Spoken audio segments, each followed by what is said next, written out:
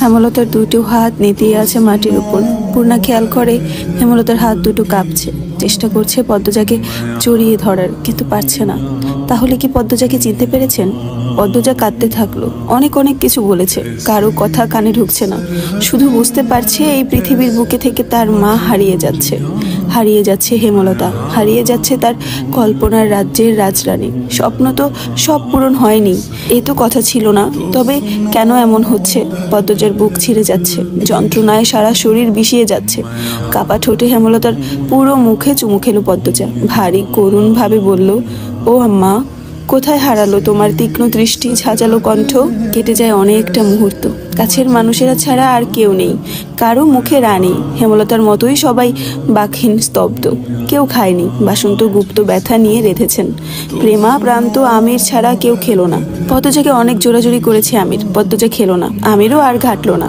পদ্মজা জানতে পারলো 2 মাস ধরে হেমলতা বিছানায় পড়ে আছেন। এক দুটো কথা বললে মাঝে মাঝে, 4 দিন ধরে তাও বলেন না। গতকাল ভোরে মুখ দিয়ে ফেনা বের হয়েছে, এমন অবস্থা হয়েছিল সবাই ভেবেছিল আত্মাটা বেরিয়ে যাবে। হাওলাদার বাড়ি থেকে সবাই দেখতে আসে। তখন জানা যায় আলমগীর ঢাকা যাচ্ছে। মোর্শেদ অনুরোধ করে বলল পদ্মজা আর আমিরকে খবর দিতে, ওরা যেন দ্রুত চলে আসে। রাতের ট্রেনে সকালে গোডাউনে পৌঁছে আলমগীর আমিরকে সব বলে। আমির সব শুনে আর দেরি করেননি, পদ্মজাকে নিয়ে চলে আসে। পথে কান্নাকাটি করবে তাই কিছু বলেনি। পদ্মজা এসব জেনে কিছু বলল না। অভিমানের পাহাড় তৈরি হয়েছে মনে, কারো কথা শুনতে ইচ্ছে করছে না। সারাক্ষণ চেষ্টা করছে হেমলতার সাথে কথা বলার। হেমলতা কিছুতেই কথা বলছে না, একটু আধটু পানির বেশি আর কিছুই খাচ্ছে না। গায়ে মাংস বলতে নেই, চামড়া ঝুলে গেছে। পদ্মজা হেমলতার পুরো শরীর মুছে দিয়ে কাপড় পাল্টে দিল। এরপর শোয়া অবস্থায় অজু করালো। ঠোঁট ভেঙে কেঁদে আরো একবার আকুতি করলো, একবার কথা বলো আম্মা, একবার ডাকো পদ্মজা বলে। হেমলতা তাকালেন, কিছু বললেন না, তাকিয়েই রইলেন। মাঝরাতে সবাই যখন ঘুমে, পদ্মজা জেগে। ক্লান্ত হয়ে সবার চোখ দুটি লেগে গেলেও তার চোখ দুটি পলকও ফেলছে না। মনে হচ্ছে কে যেন চারপাশে ঘুরছে, তার মাকে নিয়ে যেতে। ঝিঝি পোকার ডাক, শেয়ালের হাঁক ছাপিয়ে এসে যেন কারো পায়ের শব্দ শুনতে পাচ্ছে। অবচেতন মন আজরাইলের উপস্থিতি অনুভব করছে। পদ্মজার বুকে ভয় জেঁকে বসে, চোখ ফিটে জল বেরিয়ে আসে। এদিক ওদিক তাকিয়ে কেঁদে অনুরোধ করে, অনুরোধ করছি, আমার মাকে কষ্ট দেবেন না। মুখে হাত চেপে কান্না আটকানোর প্রচেষ্টায় বারবার ব্যর্থ হতে থাকলো পদ্মজা। কাঁদতে কাঁদতে কণ্ঠ নিভে এসেছে, ঠান্ডায় শরীর জমে গেছে। চোখটা লেগেছে মাত্র, তখনই দপদপ একটা শব্দ ভেসে আসে। পদ্মজা চমকে তাকালো। হেমলতা হাত দিয়ে মাটি থাপড়াচ্ছেন, শরীর কাঁপছে। পদ্মজার নিঃশ্বাস থেমে যায়। হেমলতার এক হাত শক্ত করে ধরে কেঁদে উঠে বলল, আম্মা, আম্মা যেও না আমাকে ছেড়ে। ও আম্মা, আম্মা, আমার কষ্ট হচ্ছে আম্মা, তোমার খুব কষ্ট হচ্ছে আম্মা, পায়ে পড়ি, আমাকে ছেড়ে যেও না আম্মা, আম্মা। পদ্মজা দ্রুত হেমলতাকে জড়িয়ে ধরে, হাউমাউ করে কাঁদতে থাকে। সবার ঘুম ছুটে যায়। একসাথে করুণ কান্নার স্বর ভেসে উঠে মোড়ল বাড়িতে। পদ্মজা কাউকে অনুরোধ করে বলে, নিয়েন না আমার আম্মাকে, কষ্ট দিচ্ছেন কেন এত? আমার আম্মার কষ্ট হচ্ছে আম্মা, ও আম্মা, আম্মা আমাকে ছেড়ে যেও না। পদ্মজা কাঁদতে কাঁদতে সূরা ইয়াসিন পড়া শুরু করলো। হেমলতার শেষবারের মতো উচ্চারণ করেন, লা ইলাহা ইল্লাল্লাহু মুহাম্মাদুর রাসূলুল্লাহ। শেষ নিঃশ্বাস ত্যাগ করে আত্মাটা বেরিয়ে যায়। শরীরের কাঁপাকাঁপি থেমে যায়। দেহটা শুধু পড়ে রয় পরিত্যক্ত বস্তুর মতো। পদ্মজা দেহটাকে খামচে জড়িয়ে ধরে আম্মা বলে চিৎকার করে উঠল। চারপাশের সব বাড়ি থেকে মানুষ ছুটে আসে। পূর্ণা কাঁদতে কাঁদতে জ্ঞান হারায়। ফজরের আজান পড়ছে। আমির পদ্মজাকে হেমলতা থেকে ছাড়ানোর চেষ্টা করে। কিছুতেই প্রাণবিহীন দেহটা পদ্মজা ছাড়তে চাইল না, যেন তার ডাকেই ফিরে আসবে হেমলতা। এমন কি হতে পারে না? হেমলতা কথা বলে উঠলেন, আবার হাঁটলেন। পদ্মজাকে ধমকে বললেন, চুপ, এত কিসের কান্না? আমার মেয়ে হবে শক্ত আর কঠিন মনের, এত নরম হলে চলবে? এটা শুধুই কল্পনা। আত্মা একবার দেহ ছেড়ে দিলে আর ফিরে আসে না, আপন ঠিকানায় ফিরে যায়। হেমলতা নামের মানুষটার আয়ুকাল এটুকুই ছিল। তিনি উড়াল দিয়েছেন পরকালে, রেখে গেছেন আদরের 3 কন্যা। আদরের কন্যাদের ছেড়ে তো দূরে থাকতে পারতেন না। এবার কিভাবে চলে গেলেন? তিনি নিশ্চয়ই মৃত্যুর সাথে কঠিন যুদ্ধ করেছেন, পেরে ওঠেননি। ভোরের আলো ফুটতেই পদ্মজা নিজেকে শক্ত করলো। গোসল করে এসে কোরআন শরীফ নিয়ে বসলো। হেমলতা বলতেন, মা বাবা মারা গেলে কান্নাকাটি না করে লাশের পাশে বসে কোরআন শরীফ পড়া ভালো, এতে করে কবরের আযাব থাকলে কম হয়।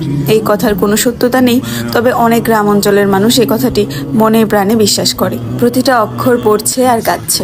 জীবনের আকাশের 7 রঙা রংধনু নিভে গেছে, আর কখনো উঠবে না, কোনো দিন দিন না। মোর্শেদ পাঞ্জাবির হাতা দিয়ে চোখের জল মুছছেন, আবার ভিজে যাচ্ছেন। গোসলের পর হেমলতার মুখটা উজ্জ্বল হয়েছে, ঠোঁটের কোণে যেন হাসি লেগে আছে। পদ্মজা হেমলতার মৃতদেহের সামনে এসে দাঁড়ায়। সাদা কাপড়ে মোড়ানো লম্বা দেহটা দেখে বুকটা হাহাকার করে ওঠে। আকাশের দিকে তাকিয়ে বলে, আমি জানি তোমার রুহু আমার পাশেই আছে। এভাবে কথা না ভাঙলেও পারতে আম্মা। বলেছিলে কখনো কিছু লুকাবে না। বেহেশতে ভালো থাকো আম্মা। আমি পূর্ণা প্রেমা প্রান্তকে দেখে রাখবো। এরপর হাঁটু ভেঙে খাটিয়ার সামনে বসলো। হেমলতার কানের কাছে মুখ নিয়ে ফিসফিসিয়ে বলল, আল্লাহকে বলে খুব দ্রুত আমাকে নিতে এসো কিন্তু। আমির হিমেল সহ দুইজন খাটিয়া কাঁধে তুলে নিল। কালিমা শাহাদাত বলতে বলতে তারা সামনে এগোয়। পূর্ণাকে তিনজন মহিলা ধরে রেখেছে। সে হাত পা দিয়ে ঝাঁপিয়ে চেষ্টা করছে ছোটার। তার ইচ্ছে হচ্ছে মৃতদেহটাকে আঁকড়ে ধরে রাখতে। পদ্মজা মাটিতে বসে পড়ে। কি যেন বুক ফুঁড়ে বেরিয়ে যাচ্ছে। আম্মা আম্মা বলে দুই হাতে মাটি খামচে ধরে। মাটিতে মাথা ঠেকিয়ে বিড়বিড় করে, আমার আম্মাকে কষ্ট দিও না মাটি, একটুও কষ্ট দিও না। আমার আম্মাকে যত্নে রেখো, হীরের টুকরো তোমার বুকে ঘুমাতে যাচ্ছে, কষ্ট দিও না, কষ্ট দিও না। হাড় কাঁপানো শীতে কাঁপছে পদ্মজা। সন্ধে থেকে খুব ঠান্ডা পড়েছে। এক কাপড়ে মাটিতে মা একা আছে ভেবে পদ্মজার অশান্তি হচ্ছিল। তাই কম্বল নিয়ে রাতের বেলা ছুটে আসে মায়ের কবরে। সদ্য হওয়া কবরের কাঁচা মাটির ঘ্রাণ আসছে। পদ্মজা কম্বল দিয়ে মায়ের কবর ঢেকে দিল। এরপর দুই হাতে জড়িয়ে ধরে কাঁদতে কাঁদতে বলল, আম্মা মনে আছে তোমার, যখন আমি ছোট, অনেক ছোট, আব্বা আমার গায়ে কম্বল নিয়ে গিয়েছিল, তখন তুমি তোমার শাড়ির আঁচল দিয়ে সারা রাত আমাকে জড়িয়ে ধরে রেখেছিলে। মনে আছে? আমাকে কেন সেই সুযোগ দিলে না? কেন বললে না তুমি মরণ রোগে আক্রান্ত? আমার জীবনে অভিশপ্ত আক্ষেপ কেন দিয়ে গেলে আম্মা? কেন পেলাম না আমার মাকে সন্তানের মতো আদর করার সুযোগ? কোন দোষে আমার সঙ্গ তুমি নিলে না? মৃত্যুর আগে নিজের মেয়ের সাথে এত বড় অনাচার করে গেলে আম্মা। বিশ্বাসঘাতকতা করলে। আমি তো তোমাকে অন্ধের মতো বিশ্বাস করতাম, কখনো কোনো বিষয়ে জোর করিনি, জোর করে জানতে চাইনি। আমি বিশ্বাস করতাম তুমি সব বলবে আমায়। তুমি নিজে আমাকে বারবার বলেছ তোমার জীবনের এক বিন্দু অংশ থাকবে না যা আমাকে বলবে না। তবে কেন সেই কথা রাখতে পারলে না? আমার কষ্ট হচ্ছে আম্মা। তুমি অনুভব করছো আমি তোমার বুকে শুয়ে অভিযোগ তুলছি? তুমি আমার সাথে বিশ্বাসঘাতকতা করেছো, আমার কাছ থেকে কেড়ে নিয়েছো 10 মাস। তুমি পারতে আমাকে বলতে, তুমি পারতে আমাকে বিয়ে না দিয়ে নিজের কাছে রাখতে, তুমি পারতে আমাকে আরো 10 মাস আমার মায়ের সঙ্গ দিতে। আমি এত আক্ষেপ নিয়ে কি করে বাঁচবো আম্মা? কয়েকটা শেয়াল দূরে দাঁড়িয়ে আছে। মাঝরাতে কবরে ঝাঁপিয়ে পড়ে কেউ কাঁদতে পারে এমন হয়তো কখনো দেখেনি তারা। পদ্মজা হেমলতার কবরে হাত বুলিয়ে দিচ্ছে আর অশ্রু বিসর্জন করছে। আত্মহত্যা মহা পাপ না হলে হয়তো এই পথই বেছে নিত সে। মোর্শেদ আমির টর্চ নিয়ে পদ্মজাকে খুঁজতে খুঁজতে কবরে আসে। হেমলতার কবর দেখে মোর্শেদ দুর্বল হয়ে পড়েন। পদ্মজার সাথে সাথে তিনিও কাঁদতে থাকেন। আমিরের শব্দ ভাণ্ডারে সান্ত্বনা মজুদ নেই। সে সাহস করতে পারল না কথা বলার। কান্না থামিয়ে পদ্মজার মুখস্থ সূরা ইয়াসিন পড়তে থাকলো। সে চায় না তার মায়ের বিন্দু মাত্র কষ্ট হোক কবরে।